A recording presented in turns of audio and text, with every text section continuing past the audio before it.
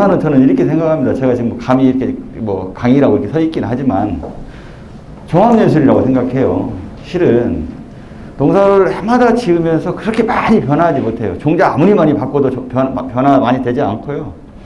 그 다음에 뭐 영양제 한두 번 치워서 농사를 잘 지켰다? 이거 잘못된 거죠. 잘못된 거고. 비료 하나 바꿔서 그런 건 안 되고. 결국은 나중에 가서 보면 뭐에 가장 영향을 많이 받냐면 기후의 영향을 가장 많이 받습니다. 솔직히 말씀드리면. 그의 기후에 따라서 수확량과 가격이 결정이 나죠. 그래서 내가 기후를 조금 이겨내고 농사를 지면 돈이 돼요. 가격이 조금 떨어지더라도. 그리고 거기다가 뭐 가격까지 올라주면 더 좋겠죠. 그래서 제가 생각하는 부분에 있어서 제가 이제 아까 농어종묘에서 오셔서는 격가지 무조건 제거해라. 근데 저는 제거 안 하는 게 아니라 일부를 제거하지 않고 키울 수 있는 방법. 그게 아마 주가 될 거고요. 가장 중요한 거는 제가 고추가 꽃이 아까 뭐 1024개요? 거기까지는 모르겠고. 어쨌든 일반적으로 노지에서 고추 재배를 하면 먼저 제가 듣기로 비가림으로 알고 있습니다. 방금 회장님한테 들었는데 저는 이제 노지만 생각하고 왔는데 일반적으로 노지 재배를 하면 많이 꽃이 피면 대체적으로 한 7월 중순 넘어서서 이제 꽃이 안 피기 시작해요. 착과량이 많아지고 기온이 확 올라가니까 고추가 이제 화분화가 안 되는 거죠. 안 되고 있다가 고추를 수확을 딱 하다 보면 9월 또 초, 8월 말 넘어가면서 야간 온도가 딱 떨어지면서부터 고추가 다시 꽃이 피기 시작합니다. 그게 어쩔 수 없는 상황이에요. 어쩔 수 없는 상황. 왜? 물론 내가 그거를 뭐 하우스 안에다 놓고 온도를 떨어뜨리고 그 다음에 일조량을 좋게 해주고 물 계속 관주를 주고 그러면 할 수도 있어요. 그렇지 않고 그냥 일반 노지에서 단순한 비가림만 해갖고는 안 된다는 겁니다. 이게. 그래서 생각하는 건데 이제 결론을 미리 말씀드리는 거예요. 최대한 꽃이 피는 것들, 꽃이 이제 노지에서 피면 보통 한 300에서 400개까지 핍니다. 실제적으로는 300에서 400개 펴요. 300에 400개 따면 고추 뭐 한 근만 따겠습니까? 주당 예를 들어 한 근만 두 근까지 딸 수 있을 겁니다. 근데 그렇지 못하다는 거죠. 예를 들어서. 그래서 그게 기후의 영향이 가장 크고 나머지는 우리 이제 연작에 의한 토양의 문제, 그 다음에 내 재배 관리, 아까 이제 농업에서도 말씀드린 것처럼 물 관리라든가, 그 다음 기후 영향, 이런 것들이거든요. 그러면 이런 것들을 제가 내린 결론은 어떻게 하면 최대한 고추를 많이 달고 잘 크게 만들 수 있을 거냐. 이게 이제 여러분들의 성향을 많이 하는 돈이 되는 길이다. 저는 이렇게 생각을 합니다. 미리 좀 말씀을 드렸고요. 기본적으로 좀 전에 말씀드린 내용인데 일단은 먼저 결론부터 잘 들어가겠습니다. 노지 고추를 뭐 꼭 한 근이라고 하긴 그렇지만 최대한 내가 수확량을 많이 할 수 있는 방법을 좀 말씀드리는 거예요. 첫 번째, 결론부터 나갑니다. 지금 저는. 첫 번째, 예를 들어서 탄저병 때문에 아니면은 다른 뭐 예를 들어서 뭐랄까요, 수확량을 좀 빨리 당기기 위해서 미리미리 일찍 심죠. 심어놓고 나면 냉해를 받고 그러다 보면 오히려 착과가 늦어지고 성장도 늦어지는 결과가 온다는 거예요. 그래서 가장 좋은 거는 안정적으로 착과를 생육을 증진시킬 수 있는 거. 이게 가장 첫 번째입니다. 1번. 물론 육묘를 잘하는 게 1번이겠죠. 당연히. 근데 육묘는 기본 전제에 들어가 있는 거고. 그 다음에 두 번째는 개화수를 꽃을 많이 하는 거죠. 어떻게 하면 마디를 짧게 하면서 그 고추가 분지마다 달리는 고추를 많이 달게 할 것이냐, 마디수를 많게 할 것이냐. 그 다음에 세 번째는 아까 말씀드린 대로 장마 6월에 이제 빨리 오면 6월 중순 좀 넘어서면서 장마가 온단 말이죠. 장마가 오면 가장 첫 번째 문제는 고추 자체는 물을 좋아하기도 하지만 물이 좀 많으면 굉장히 싫어합니다. 물이 없으면 또 고추가 크지 않아요. 특성상 얘네들 자체가. 그래서 장마가 와서 2, 3일 비가 와버리면 낙과를 시키죠. 전부 다. 왜?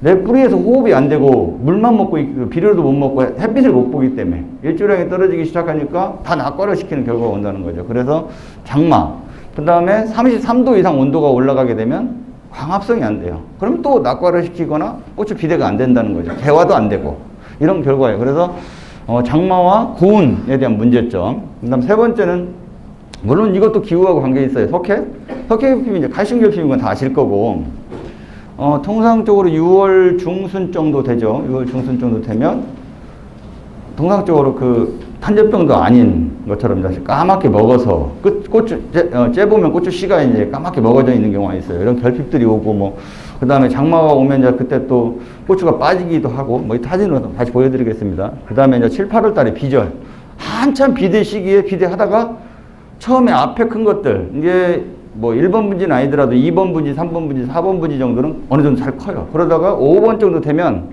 고추가 이만해지죠. 진짜 고추만해져요. 그리고 크지 않는 거죠. 이게 이제 비절과 온도의 관계입니다. 비료가 이제 흡수가 잘 안 되는 부분이에요. 그런 관계가 있고, 마지막으로 이제 탄저병, 바이러스. 그 다음에 작년 같은 경우는 갑자기 6월 말에 막 춥기도 하고, 추워졌죠. 온도가 떨어지면서 세균성병이 늦게 왔어요.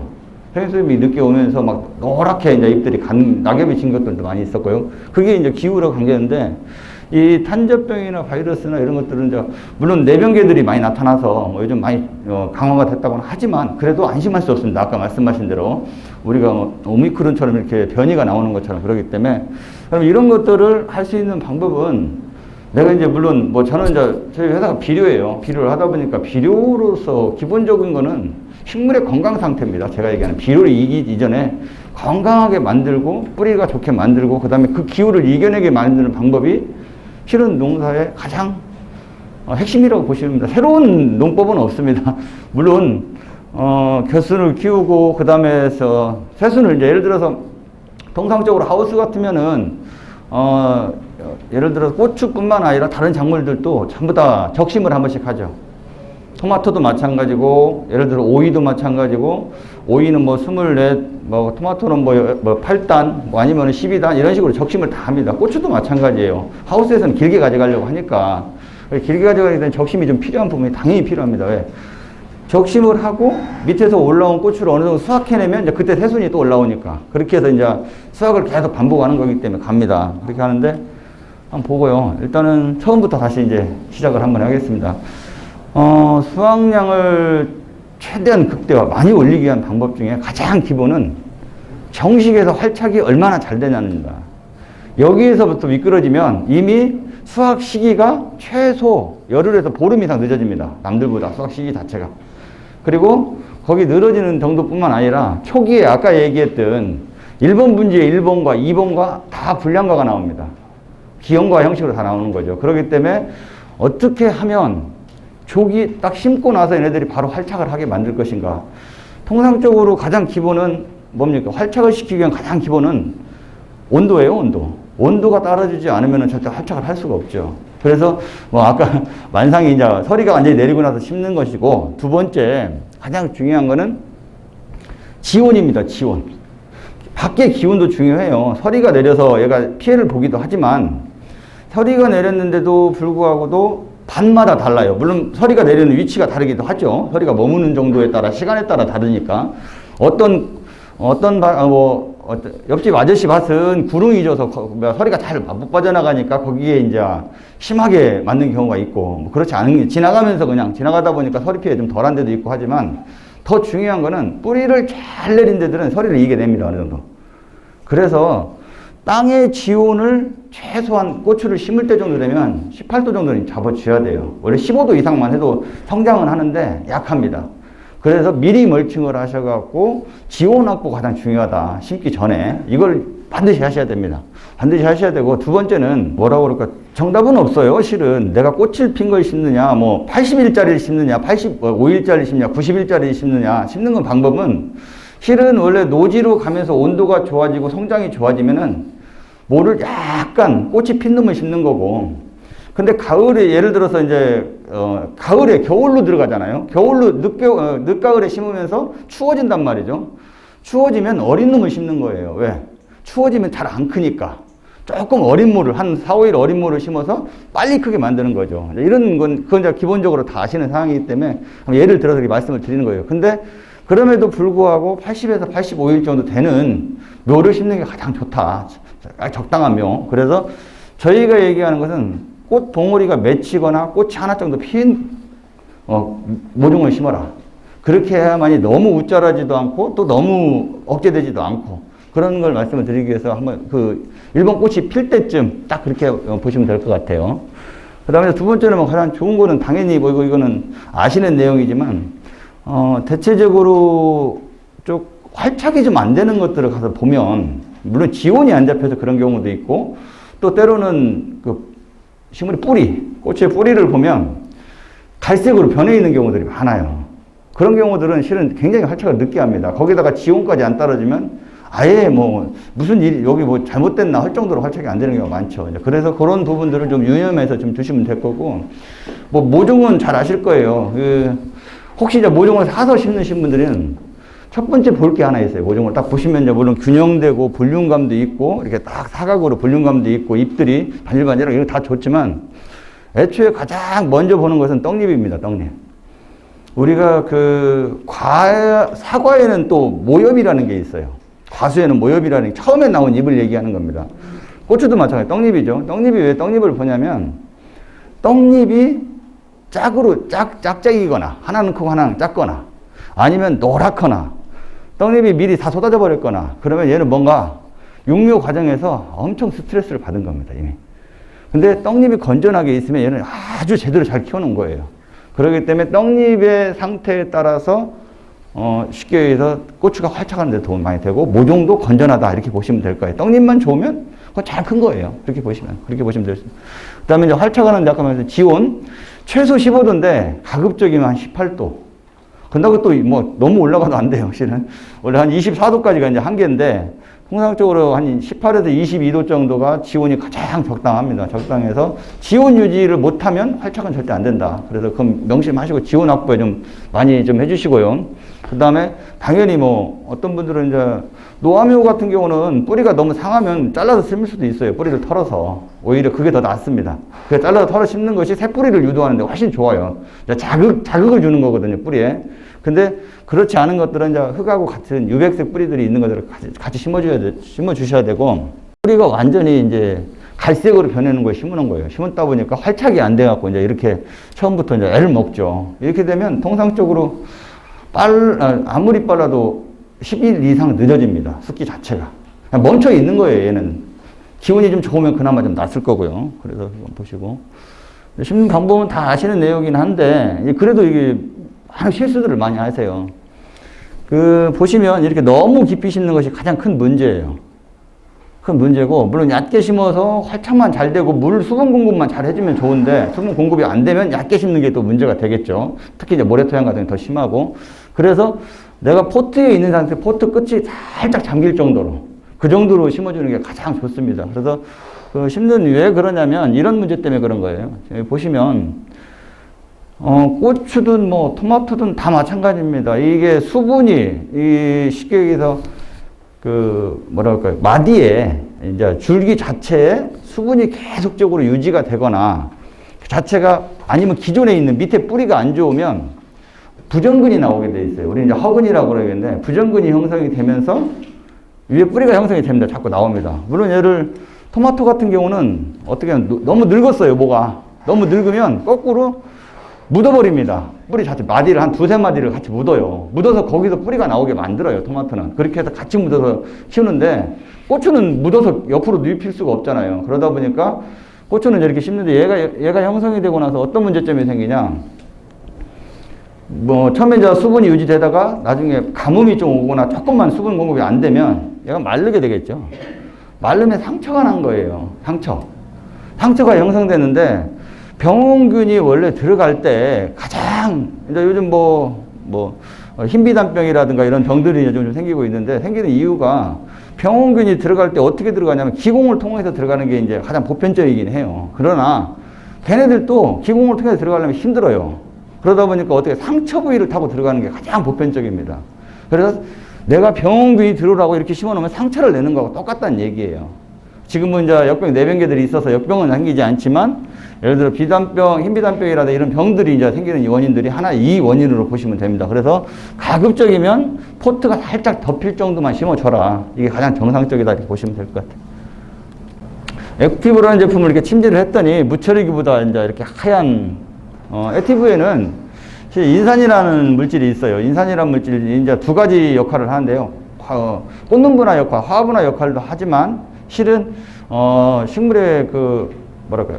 병에 대한 강한 작용이 있습니다. 그리고 뿌리를 자극해서 잔뿌리를 잘 나오게 만드는 역할이 있어요. 그래서 인산을 잘 활용하면 좋은데 우리나라 토양은 인산질이 너무 많다고 인산질을 너무 아껴요. 근데 알고 보면 인산이라고 하는 부분들이 다 대부분 불용화가 되어 있습니다. 이때 비료 설명하면서 좀 다시 설명을 드릴 건데 불용화가 되어 있어서 인산이 흡수가 잘 안 돼요. 인산이 흡수가 잘 안 되니까 어떤 문제점이 있냐? 뿌리 발달이 잘 안 되고 그 다음에 병에도 약해지고 애들이 웃자라는 경향이 많습니다. 그래서 아무리 내 토양에 인산이 실은 많다 하더라도 웃자라고 뿌리가 안 내리고 병에 약하면 용성인비나 이런 인산질비를 쓰셔야 돼요.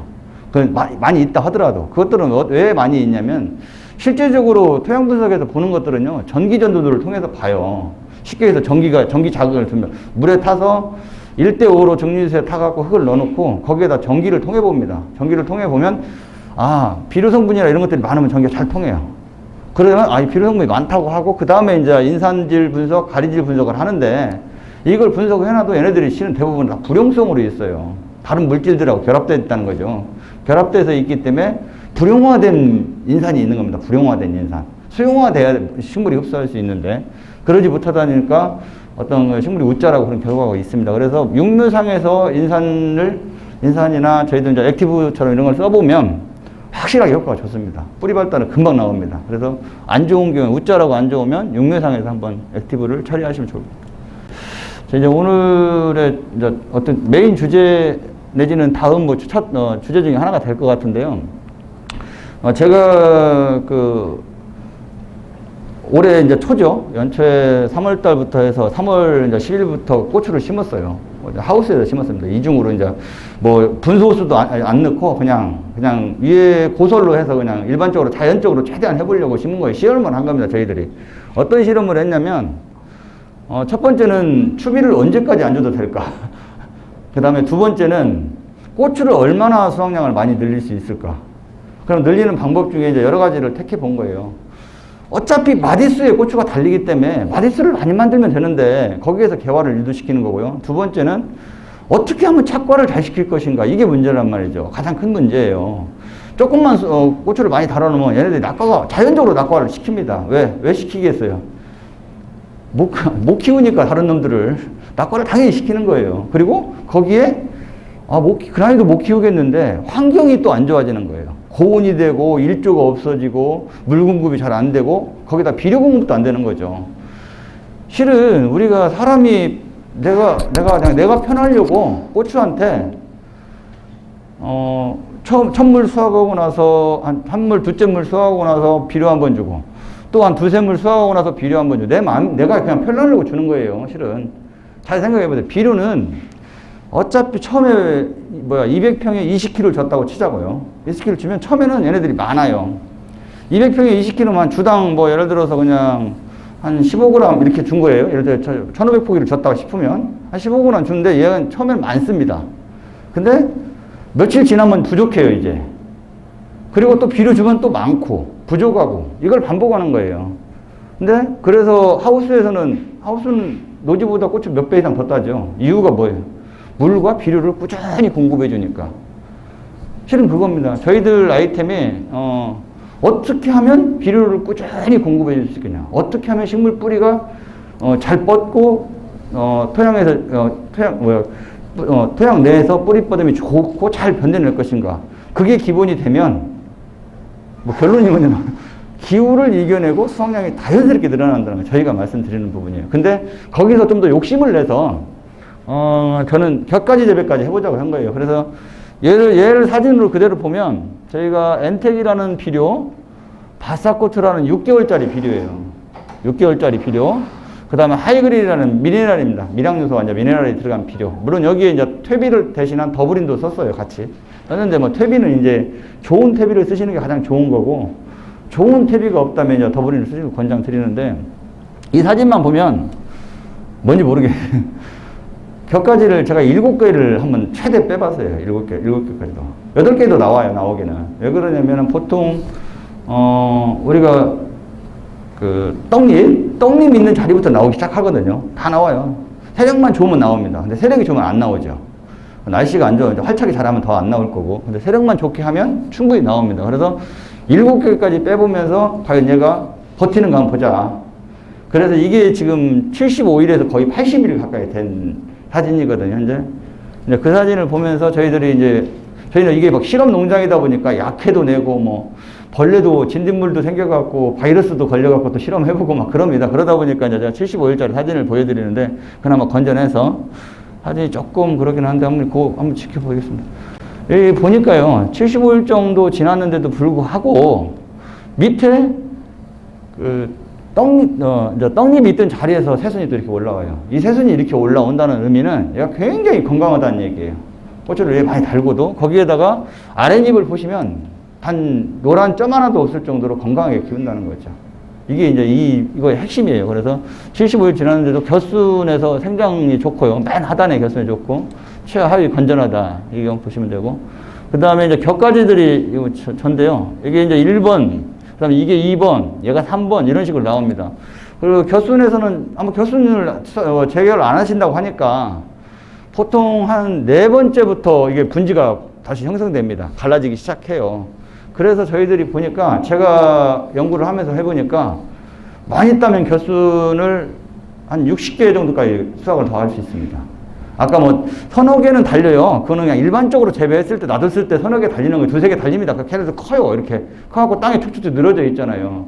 근데 제대로 키워서 이렇게 되면 얘 줄기란 말이에요.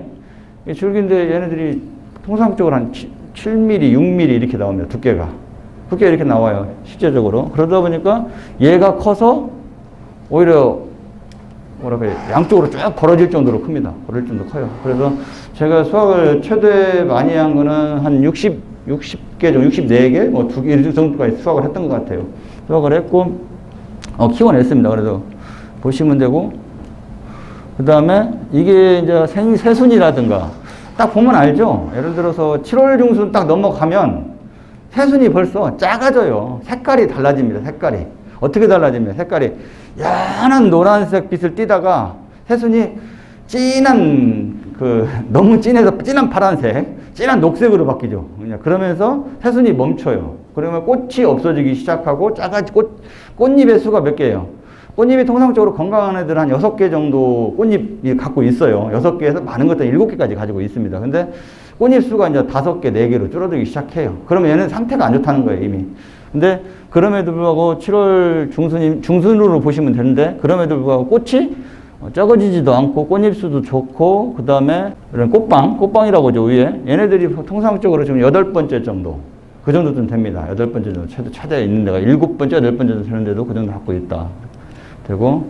그 다음에 잎 면적을 보니까 잎 면적도 적지가 않죠. 약 한 7cm 가까이 되니까 옆 면적이 옆으로가 7cm 가까이 되고 줄기도 대략 여기 보시면 한 9cm 줄기 이제 절간 자체가 이게 이제 6번, 7번 절간이라는 얘기죠. 7번 절간이 굉장히 많이 늘어납니다. 나중에 늘어나기 시작하면. 근데도 이제 줄기도 안정화되고 생육 자체가 근본적으로 해서 벼순을 7개까지 키웠음에도 불구하고 생육을 이렇게 안정되게 갖고 간다는 거예요. 그래서 그렇다고 노지에서 여러분들이 그냥 무조건 7개를 가져가면 안 돼요. 그렇게는 안 되고요. 제가 보는 입장에서는 한 4개 정도 벼순을 제거하시고 가지거나 뭐 이제 세력이 안 좋고 내가 고추를 심었는데 활착이 잘 안 돼요. 근데 벼순을 키우겠다고 그건 안 되죠. 솔직히. 왜 활착이 안 된 상태에서는 그런 경우는 이제 제거를 시키는 경우도 있지만 일반적인 경우는 벼순을 한 4개까지 가지고 가시면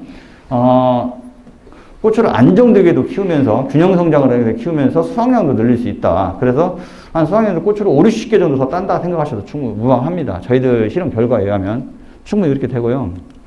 그 다음에 한번 보겠습니다. 그래서 이제 결론이에요. 이게 결론을 보면. 개화수를 어떻게든 격가지 확보를 더 하는데, 많게는 한 4개 정도 확보하는 게 좋겠다. 제가 7개까지 해보니까, 무리가 돼요, 무리가. 이제, 벼수는 잘 크는데, 이 온도가 올라가니까 가운데 쪽에 이제 새순들이 오히려 낙가가 오더라고요, 거꾸로. 그래서 7개까지는 너무 무리고, 저희들이 좀 몇 가지를 제거하니까, 한 3개나 4개 정도를 제거해 놓으니까 오히려 성장이 같이 잘 됩니다. 그래서 벼순 재배도 가능하다. 제가 보는 부분은. 그리고 맨 밑에 하단부에 떡잎보다는 떡잎 위에 말고 그 위에 한 3번째 정도 마디에서 벼순을 가져가는 게 좋겠다. 이렇게 좀 설명을 드리고요. 좀 복잡하긴 할 거예요. 노지에서 재배하기는. 근데도, 어차피 수확량을 2년 농사 질 걸 한번 짓는다고 생각하시고 이런 방법도 있다 한번 알아보시고 실험도 한번 해보시면 될 것 같습니다. 제 생각에는. 이렇게 해서 보니까 한 60개 정도, 최소 적게는 한 28개에서 그 정도 고추가 수확이 가능하다, 추가적으로. 그리고 보셨던 얘기고, 그 다음 중요한 게, 이렇게 겨순 재배를 하시려고 하면 일자로 해서 그냥 묶어갖고는 안 됩니다. 근데 이게 원래 일자로 재배하는 게 수확량 많이 나올 수가 없어요. 많이 나올 수가 없는 이유가 첫 번째, 일조량 확보도 안 되죠. 여기 보시면 이제 Y자 재배를 제가 이렇게 권장을 드리는데, 첫 번째 얘기하는 게 이 일조량 확보라든가 수정이라든가 그 다음에 병해충 방제라든가 그 다음에 겨순 뭐 지지율 당연히 안 되는 거고요. 다 한쪽에 모아놓기 때문에 이런 부분에 있어서는 성향이 안 됩니다. 그래서 일자 재배는 안 되고 Y자 재배로만이 가능하다. 이왕이면 그렇게 해야만이 의미가 있습니다. 예, 그래서 Y자 재배를 하셔야 수확량을 늘릴 수 있는 방법이라고 해요. 실은 겨순 재배를 안 하더라도 Y자 재배를 하시는 게 좋습니다. 그래야 병 방제라든가 낙과량을 줄일 수 있어요. 가장 중요한 건요. 일자로 해갖고 다 묶어놓으면 대부분 속에 있는 건 낙과가 다 옵니다. 이게 그때서 밑에만 남아있고 고추가 많이 달리고 위쪽에는 고추가 안 달리는 원인 중에 하나가 이 일자로 묶기 때문에 그런 경향들이 많다고 보시면 될 것 같습니다. 한번 반드시 이 부분 한번 참고해 주시면 될 것 같고요. 예, 좀 전에 말씀드린 것처럼 뭐 결론 다시 반복되는 얘기긴 한데 이게 낙과라고 하는 부분들이 가장 큰 게 실은 채과량, 두 번째 온도, 뭐 세 번째 이제 물, 뭐 햇빛, 뭐 이런 것들이죠. 이거에 의해서 되는 건데 그냥 간단하게 생각해서 못 살겠으니까 떨어뜨린다 이렇게 생각하시면 됩니다. 그러면 낙과가 처음 빨리 시작하거나 아니면 낙과가 많거나 낙과가 많다는 의미는 결론적으로 내가 뭔가 잘못하고 있다는 거예요. 얘한테, 고추한테. 뭘 잘못할까 고민을 한번 해보셔야 돼요. 물을 안 줬나? 아니면 내가 비료를 안 줬나? 아, 요새 장마가 길어져서 일조량이 없구나. 뭐 이런 것들을 고민을 해보셔야 됩니다. 그러면 그거에 대한 원인을 알면 이제 방법이 나오는 방법을 찾는 거죠. 그 다음에, 비료를 너무 많이 줘도 나옵니다, 낙과가. 비료를 너무 많이, 질소질을 많이 주면, 뭐 아까 붕소결핍 얘기하더라고요. 붕소나 칼슘, 이런 것들이 기량이 돼요. 그리고 또 더군다나 가리질을 많이 주면 반대로 마그네슘이 기량이 돼서 노화가 빨리 옵니다. 예를 들어서, 비료라는 게 한 가지가 많으면 편식이 되면 결론은 식물한테는 안 좋은 결과가 오는 거예요. 그래서 그런 영양 밸런스를 맞추는 것도 굉장히 중요한데, 노지 재배하시면서 점적에다가 비료 타고 뭐 타고 해서 주면 되죠. 그렇게 하면 돼요. 어느 정도 할 수 있어요. 근데 그게 안 된다는 거예요. 문제는. 내가 매일 가서 물 주고 비료 주고 매일 가서 뭘 할 수가 없다는 거죠. 노지 재배하시면서 더군다나 쉽지 않아요. 거기다가 뭐 태풍이라도 오고 뭐 이러면 또 이게 그동안 투자했던 것도 한 번에 또 잘못되는 경우도 있고, 그래서 그런 이 원인들이 있는데, 이게 이제 대체적으로 나타나는 것들이 이제 장마가 길어지면 한 이틀, 3일만 비가 계속 와도 고추 수정되는 거 하나도 없을 겁니다. 그 위로는 수정이 안 되죠. 여기가 이제 보통 아침에 해가 뜨고 나서 1시간 정도 지나면, 해 뜨기 1시간 정도 되면 전부터 얘네들이 꽃이 개화를 합니다. 쫙 펴져서 한 10시까지 수정을 많이 해요. 근데 이제 그 전에 애들이 뭐 비가 온다든지 아니면 뭐 계속적으로 문제가 되면 수정이 많이 떨어지겠죠. 그래서 이런 것들이 많이 나타나는 거고, 뭐 보편적인 증상들이에요. 그 다음에 장마가 길어질수록 이제 비료 유실이 빨리 되는 거죠. 빨리 되고, 뿌리도 못 뽑고 있고.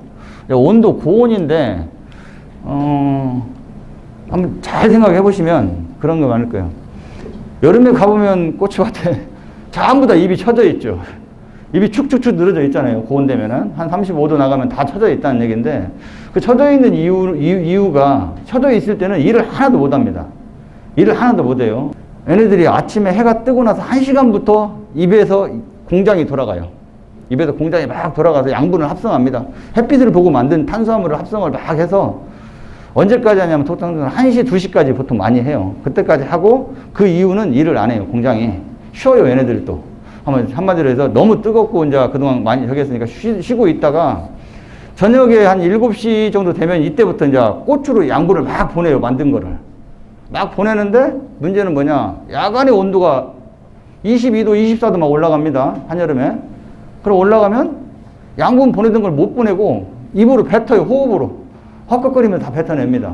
이게 이제 기본 원리예요. 그래서 예를 들어서 뭐 이쪽에 예산 쪽에도 뭐 사과가 좋지만 저 위쪽 뭐 청송이라든가 이게 지대가 높은 쪽으로 가면 사과 맛이 더 좋다고 그래. 왜? 야간 온도 때문에 그래, 야간 온도. 야간의 온도가 걔네들은 보통 6시, 7시, 8시 양분을 전이한다고 그러거든. 양분을 전이하는 시간대 되면 온도가 떨어져요. 떨어지면 양분이 밖으로, 얘네들이 호흡으로 버리지 않고 양분을 사과로 잘 보내는 겁니다. 잘 보내요. 근데 이게 이제 고온의 가장 문제예요. 그래서 한여름 되면 33도 이상 되면 광합성도 안 되지만 양분을 호흡으로, 야간에 호흡과다에 의해서 양분이 꽃으로 안 갑니다. 안 가다 보니까 안 커요. 또 이런 부분이. 그게 있고, 이 호흡 과다에 의한 비대불량한 게 실은 뭐 일상적인 얘기지만 식물의 또 건강 상태에 다 다릅니다. 특히 이제 세포벽의 상황에 따라서. 그래서 뭐 칼슘이라든가 이런 것들이 좀 잘 주어서 세포가 단단하게 있으면 얘네들이 오히려 버리는 양들을 좀 줄여요. 줄여서 이제 그 비대를 좀 잘하게 하고요. 그 다음에 입에 이제 증산이 과다하니까 꽃은잎이 다 처져 있죠. 한여름에 다 처져 있어요. 처져 있는 이유가 뭐냐면 잘 생각해 보시면 알 겁니다. 뿌리에서 물을 쫙 빨아 올리죠. 아침에 뜨겁지 않으니까 아침에는 쫙 잎을 피고 있어요. 이렇게 쫙 피고 있다가 한여름에 뜨거우니까 증산이 너무 심해요. 증산이 너무 심하니까 얘네들이 물을 닫아버리죠. 이게 빠져나가는 양이 맞는 거예요. 먹는 것보다.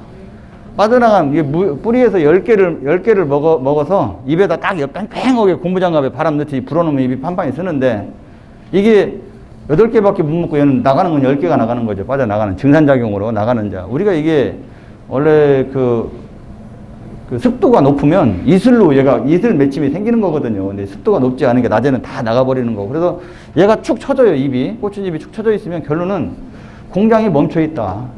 멈춰 있으니까 비대가 안 될 수밖에 없는 겁니다. 그런 피해, 이게 이제 고온의 피해다. 그 다음에 이제 물론 이제 장마에서 나오지만 석회 결핍은 아까 말씀드린 대로, 석회를 아무리 많이 넣어도 토양이 가물면 석회 결핍이 나옵니다. 칼슘 결핍이 나와요.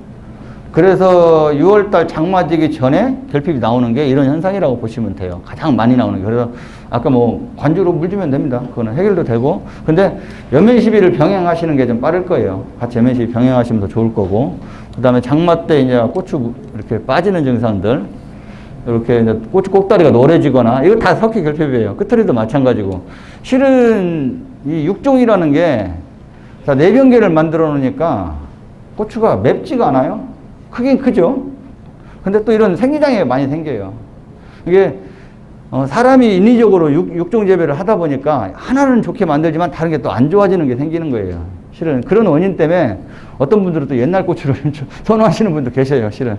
그리고 이것도 마찬가지로 칼슘이 결핍이 되고 나서 나중에 거기가 상처가 생기니까 이제 탄저병으로 곰팡이가 형성되는 겁니다. 그래서 칼슘 결핍이 없으면 탄저병이 빨리 발생하지 않아요. 유난히 칼슘 결핍이 많은 분들이 탄저병 발생이 빨라져요. 예, 그런 부분들도 좀 참고하시면 좋을 것 같아요. 비절 현상 나오는 거 아까 당과 꽃이 작아지고 새순이 이제 없어지기 시작하고 그러면서 나오는 새순이 없어지고 꽃이 작아지면 고추도 잘 안 큽니다. 그때 가면 이미 성장이 안 돼. 왜 안 되냐면 식물은 새순에서 만드는 호르몬이 있어요. 그 호르몬에 의해서 실은 뿌리를 성장시키고 뿌리가 성장이 되면서 또 호르몬이 만들어져서 과일을 비대시키고 이런 원리가 있거든요. 그래서 그런 부분이 좀 있어도 안 큰다 보시면 되고, 이제 보통 한 7월 중순 말 되면 이제 8월 초 정도 되면 이제 과일이 작아지기 시작하죠. 그런 증상들 한번 보시면 될 것 같고, 6월달 되면 세균성, 그리고 6월 한 말쯤 되면은 요즘은 기온이 올라가니까 6월 말에 통상적으로 탄저병의 이제 가장 기본은 29도입니다. 온도가.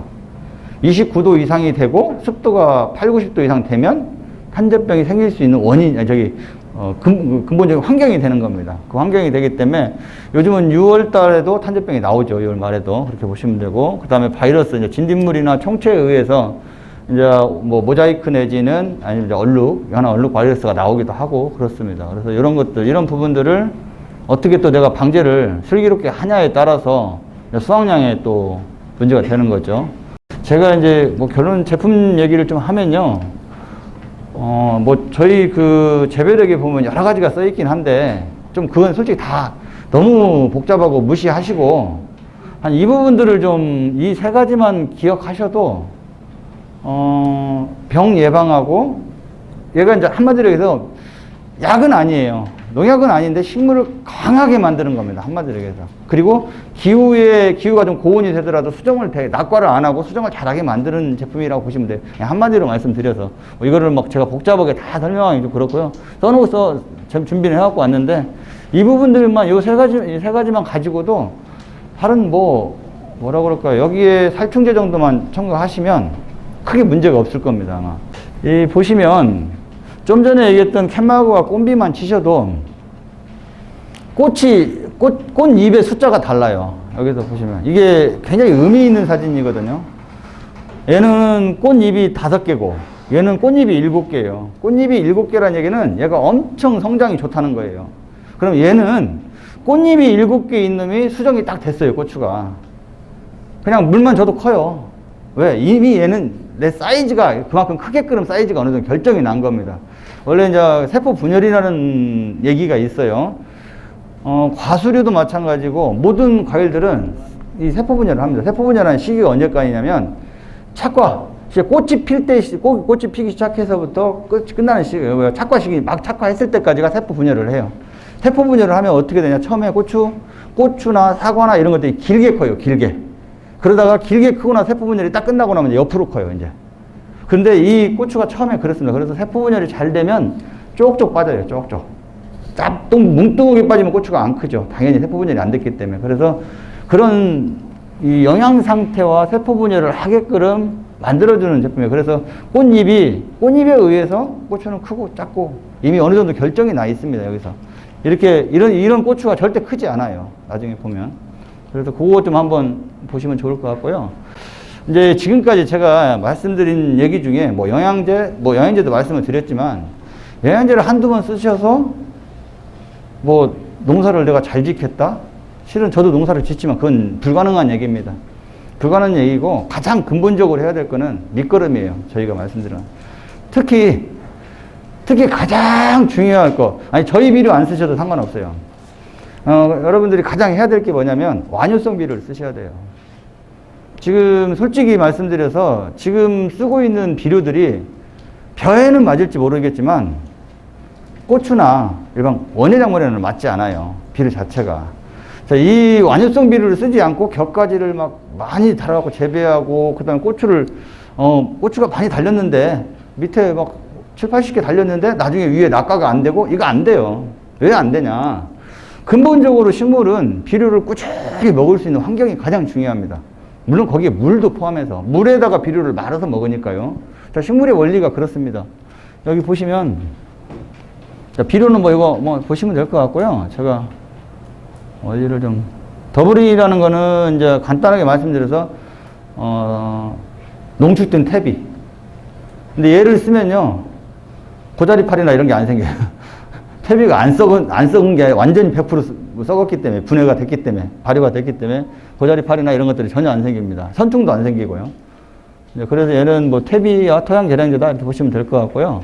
지금 제가 오늘 설명드릴 내용이 이제 이 바사코트인데 고추 밑에 팍으로 넣습니다. 좀 전에.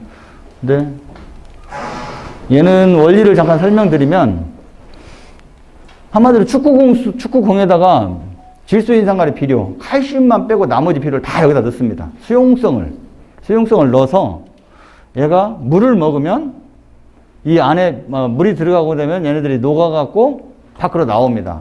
나오는 원리는 삼투압의 원리예요. 어떤 원리냐? 고추가 비료를 먹으면 나오고.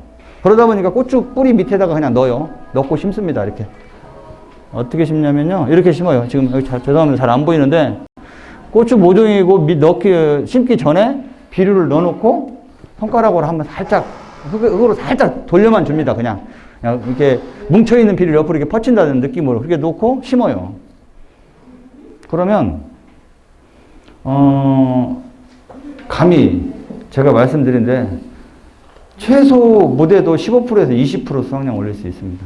이거 하나만 바꾸셔도 비료 하나만 바꾸셔도 고추가 벌써 단과 현상이 없어요. 나중에 늦게까지 갑니다. 단과 현상. 얘가 6개월 가는 비료인데 그러면 네 말대로 거기다가 5g, 8g 넣고 제가 이런 얘기를 한번 말씀드릴게요. 자, 비료를 한번 생각해. 비료를 좀 아시면 하는데, 우리가 비료를 200평에 뭐, 한 포든 두 포든 줬다고 치자고요. 추비를 한번 주면. 그럼 뭐, 고추가 예를 들어서, 200평에 뭐 1000주를 심었다. 원래 이제 1500주 정도 심겠죠, 대체적으로. 그럼 1000주를 심었다고 치자고요. 1000주를 심으면 200평에 한 포를 주면 20g을 먹는 거예요. 한 나무당 준 겁니다. 추비로, 그것도. 자, 추비를 줬는데, 그러면 한번 고민을 해봐야 돼요. 20g을 줬는데 고추가 20g을 다 먹을까? 이런 고민을 해보셔야 돼요. 왜? 절대 못 먹습니다. 거기서 많이 먹으면 20% 먹어요. 많이 먹으면. 더군다나 이 헛골에 뿌리면 15% 정도밖에 수확량이 안 됩니다. 아니, 흡수가 안 됩니다. 그러면 20g에 15%면 얼마입니까? 몇 그램 안 돼요. 자, 그러면 멀칭을 했잖아요. 밑거름은 또. 멀칭해서 밑거름을 줬어요. 밑거름을 줬는데, 그럼 밑거름을 멀칭으로 해서 줬는데, 식물이, 고추가 비료를 다 먹어버렸죠. 다 먹어버렸으면 연작장애가 하나도 없어야 돼요. 토양이 깨끗해야 됩니다. 연작장애가 어떻게 오냐면, 연작장애 두 가지가 와요. 첫 번째, 염류집죠. 비료에 의해서 옵니다. 그 다음 두 번째, 고추의 그 뿌리 끝에서 나오는 근산 때문에 오는 거거든요. 두 가지거든요. 자, 그러면 어떻게 오냐. 고추를 한 자리에다 계속 심다 보니까 고추 뿌리에서 나오는 근산이 있어요. 땅을 파고 들어갈 때 그냥 가는 게 아니고 고추가 윤활유, 뿌리 끝에 골무가 있습니다. 이게 이제 누트캡이라고 하는데 골무가 녹으면서 윤활유가 나와요. 그게 근산인데 걔가 나오면서 땅을 파고 그러고 들어갑니다. 들어가면서 걔네들이 비료를 일부 녹여서 먹기도 하고 그렇게 해요. 그렇게 해서 들어가는데 문제는 이 고추는 고추, 오이는 오이 다 이 근산이 달라요. 자기들마다. 먹는 게 다르니까 또. 좋아하는 게 다르고. 그러다 보니까 그 근산에 의해서 처음에 1년 심었을 때, 2년 심었을 때는 근산이 그냥 있으니까 그런가 보다고 고추가 있는데 이게 3년, 4년 되면은 그 근산을 좋아하는 병원균들이 막 생겨납니다. 병원균들이 많아져요. 처음에는 예를 들어 한 100마리 있었는데 나중에 가면 이제 뭐 10,000마리, 20,000마리 예를 들어 그건 이제 숫자적인 얘기고 어마어마하게 이제 몇십만 마리, 몇백만 마리가 생기는 거예요, 병원균이. 그러면서 토양 내에 있는 균들을 눌러버립니다. 그게 이제 뭐냐면 유익균과 그 다음에 유해균이 바뀌는 거예요. 병원균이 좋은 균보다 많아집니다. 그러면서 이제 연작장애가 생기는 겁니다. 그리고 탄저병이 심해지고 그 다음에 뭐 품마른병이나 이런 흰비단병 이런 것들이 심해지는 원인이 그거예요. 첫 번째 연작 계속해서 심다 보니까 고추가 좋아하는 근산이 생겨. 두 번째는 우리나라처럼 땅이 적으니까 농사를 한 해 짓고 한 해 쉬어야 돼요, 원래는. 목초지 만들어서 소 키우다가 또 한 1, 2년, 2년 쉬다가 또 농사를 또 짓고 이렇게 해야 되는데 문제는 뭐냐? 땅이 없으니까 또 올해 심고 또 뽑아내고 배추 심고 비료 뿌리고 또 하고 또 봄에 또 이렇다는 얘기죠. 계속 해서 재배를 할 수밖에 없는 거예요. 추경을 하지 않고. 그러니까 뭐가 문제가 되냐? 여기에 문제되는 게 비료입니다, 비료. 비료가 왜 그러냐면 우리가 밑거름으로 쓰는 비료들이 질소질은 정말 토양이 좋아서 진짜 많이 먹으면 50% 먹어요. 진짜. 근데 실제적으로 대체적으로는 40%입니다. 40%. 인산질은 15%밖에 흡수가 안 돼요. 인산질은. 가리는 많이 먹으면 48% 정도 먹어집니다. 그래서 토탈을 내보니까 우리나라 평균 토탈을 내보니까 20kg짜리 비료를 내가 한 포 고추한테 뿌리고 줬는데 고추가 먹는 양은 7에서 9kg밖에 안 됩니다. 나머지 11kg, 13kg 비료들이 어디 가냐? 유실이 되어서 강물로 오염시키거나 지하수로 내려가거나 나머지는 토양에서 고추가 먹기를 기다리다가 못 먹으니까 지네들끼리 결합이 돼요. 플러스 마이너스가 있습니다. 자, 인산질비료 플러스, 질소질은 플러스 마이너스 같이 있어요. 그 다음에 칼슘도 플러스, 인산질은 마이너스, 칼슘, 마그네슘, 가리질은 다 플러스예요. 그런 것들이 그럼 인산하고 다 결합을 합니다. 걔네들이. 혈도 결합하고 다 결합해서 불용화되는 거예요. 불용화된 비료들이 계속 쌓입니다. 토양에. 쌓이면 염류가 높다 이렇게 얘기를 하는 거죠. 그 염류가 높으면 뿌리가 어떻게 되냐? 뻗다가 그 염류가 높은 거에 닿으면 뿌리가 상해요. 그래서 특히 물을 계속 주면 비료가 녹아져 있으니까 농도가 약해진단 말이죠. 근데 가물면은 농도가 진해져요. 비료 자체가 진해지면서 그때 많이 상합니다. 그리고 비가 오면 어떻게 되냐? 비가 쫙 오면 애들이 시들어버려요. 그런 현상이, 아니, 병에 걸리지 않았는데 시들어요. 그 현상이 뿌리가 다 상했기 때문에 그렇습니다. 이게 이제 우리나라 연작적인 기본적인 방향이에요. 그래서 일반적으로 제가 완효성 비료를 쓰라는 이유는 첫 번째는 오늘 당장 완효성 비료를 쓰면 올해 당장은 고추 수확량이 한 10%, 뭐 15% 늘어날 겁니다, 아마. 근데 올해도 쓰고 내년에도 쓰고 내후년에도 쓰고 계속 쓰면 토양 자체의 이제 염류가 줄어들기 시작해요. 왜? 완효성 비료는 식물이 먹으면 나온다니까요, 얘는. 이 삼투압에 걸려서 먹으면 나오고 이러다 보니까 비료 자체가 이제 토양에 축적이 안 되는 거죠. 그래서 토양이 점차 좋아지면서 오히려 가면 갈수록 그 대신 토양 계량제는 쓰셔야 돼요. 이것도 화학 비료니까 예를 들어 얘가 땅을 좋게는 못 해요. 그냥 염류를 안 쌓이게 할 뿐이지, 연작을 좀 줄여줄 뿐이지. 그렇기 때문에 완효성 비료를 쓰시는 것이 여러분들이 앞으로 고추를 농사질 수 있는 게 첫 번째입니다. 첫 번째로 하셔야 되고, 그 다음에 두 번째, 내 토양에 따라서 안 좋다면 뭐 토양 계량제를 쓰기도 하고, 정말 부수기 좋은 퇴비. 원래는 퇴비는 많이 쓰는 거 1도 중요하지 않습니다. 1도 중요하지 않고, 퇴비를 쓰시는 거 첫 번째는 내가 정말 잡아서 냄새를 맡았는데 독한 느낌이 하나도 없는, 코를 찌르지 않는 느낌이 없을 때, 이럴 퇴비를 쓰셔야 돼요. 그런 퇴비를 써야만이 배가 토양에 들어가서, 쉽게 해서 토양은 음이온이에요. 비료는 양이온이고. 그래서 토양에 음이온을 많이 만들어줘야 이 비료인 양이온이 토양에 딱 붙어서 네가 고추가 먹을 때까지 올해까지 기다리고 있어요. 근데 음이온이 적어지면 어떻게 되냐? 비료가 유실이 되거나 아니면 다시 지네들끼리 결합을 해버립니다. 불용화되는 결합을. 그래서 퇴비의 목적은 토양을 개량시키는 거기 때문에 잘 부속된 걸 쓰셔야 된다. 가스가 전혀 없는 걸. 그렇게 보시면 될 것 같고, 하나 더가 연작을 계속 하니까 이제 미네랄이 토양에 없어요. 그래서 미네랄을 좀 식물한테 공급을 해줘야 건강하게 큽니다. 그래서 요즘은 심지어는 화학 비료를 아무리 많이 써도 수확량이 안 늘어나요. 근데 거기에다가 미네랄을 좀 첨가하니까 수확량이 확 늘어났다는 거예요. 그래서 지금 고추한테 부족한 건 화학 비료 NPK가 아니라 미네랄이구나. 그래서 이제 요즘 미네랄 농법을 좀 많이들 하고 있어요. 이제 미네랄이라고 하는 부류가 요 하이그린이라는 비료입니다. 그냥 보시면 되고, 너무 앞에서 많이 말씀을 드렸는데 결론은 그거 하나입니다. 자, 착과량을 최대한 많이 갖고 갈 수 있는 방법을 취하시고요. 그거를 다 키우려고 하니까 안 되는 거죠. 그래서 그걸 다 키우기 위해서 할 수 있는 방법이 완효성 비료를 쓰는 거, 그 다음에 미네랄 비료를 쓰는 거, 두 가지가 병행이 되면 수확량은 여러분들이 생각하는 것 이상으로 수확량 올릴 수 있습니다. 제가 좀 두서없이 말씀드려 죄송합니다. 이상 마치겠습니다.